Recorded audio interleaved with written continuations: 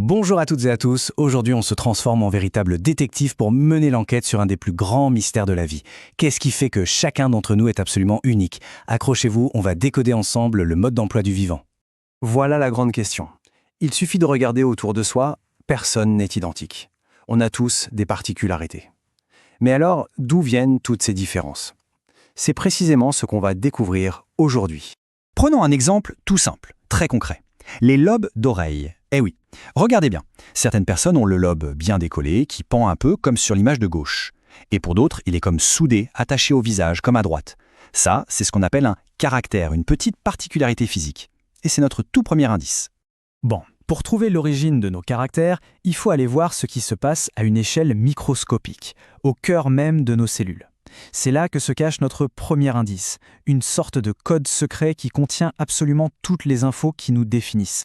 Ce fameux code est organisé en ce qu'on appelle des gènes. Pour que ce soit plus simple, imaginez que notre corps est un immense livre de recettes de cuisine. Eh bien, chaque gène, c'est une recette. On va avoir la recette pour la couleur des yeux, la recette pour la forme des cheveux, et bien sûr une recette pour nos fameux lobes d'oreille. Chaque gène donne une instruction bien précise. Et c'est là que ça devient super intéressant. Pour une même recette, il peut y avoir plusieurs versions. Pour la recette couleur des yeux, il y a l'option yeux bleus, l'option yeux marron, yeux verts.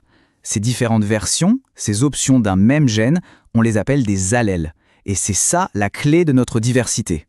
Regardez ce schéma, c'est une super illustration. C'est un chromosome de drosophile, une petite mouche qu'on étudie beaucoup en génétique. Chaque petite bande de couleurs que vous voyez, eh bien, ça représente un gène différent.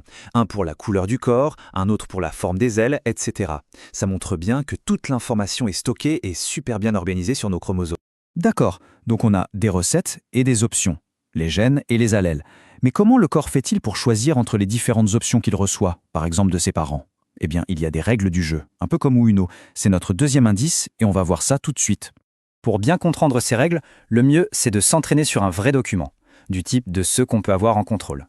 Voici un arbre généalogique. Il nous montre comment se transmet une maladie génétique, la mucoviscidose. Pas de panique, on va le déchiffrer ensemble, pas à pas.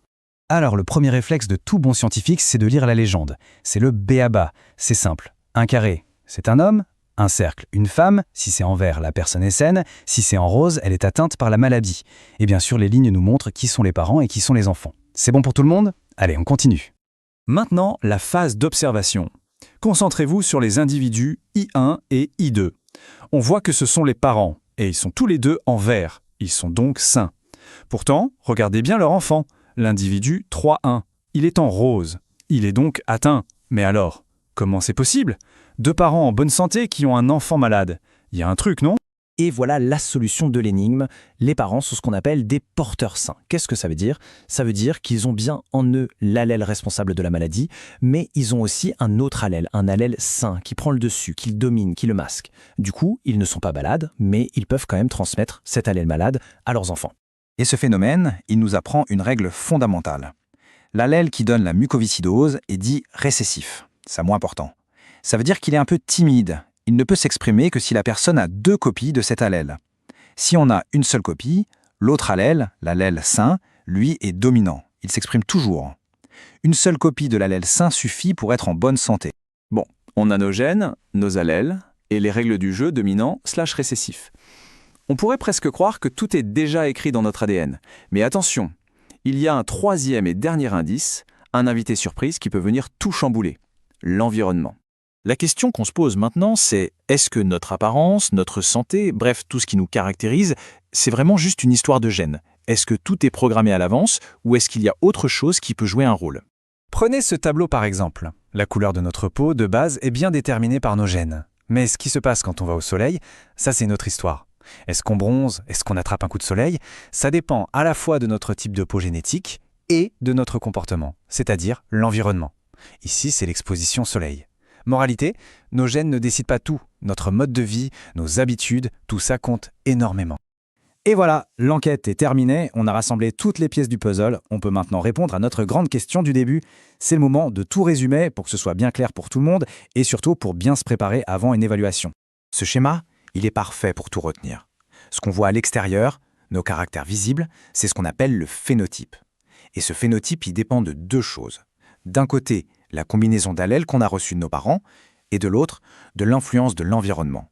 C'est l'interaction unique entre ces deux éléments qui fait que chacun de nous est, unique. Allez, pour être sûr de ne rien oublier, la petite fiche de révision express. Les mots-clés à connaître sur le bout des doigts.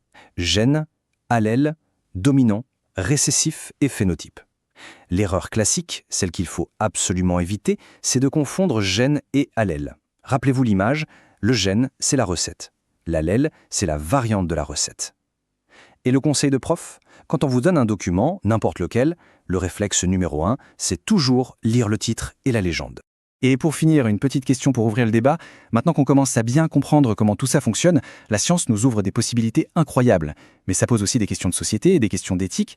Par exemple, est-ce qu'un jour, les humains devraient avoir le droit de choisir certains caractères de leurs enfants? C'est une question très compliquée qui mélange science et morale et il n'y a pas de réponse simple. C'est à méditer. Merci beaucoup pour votre attention et à très bientôt.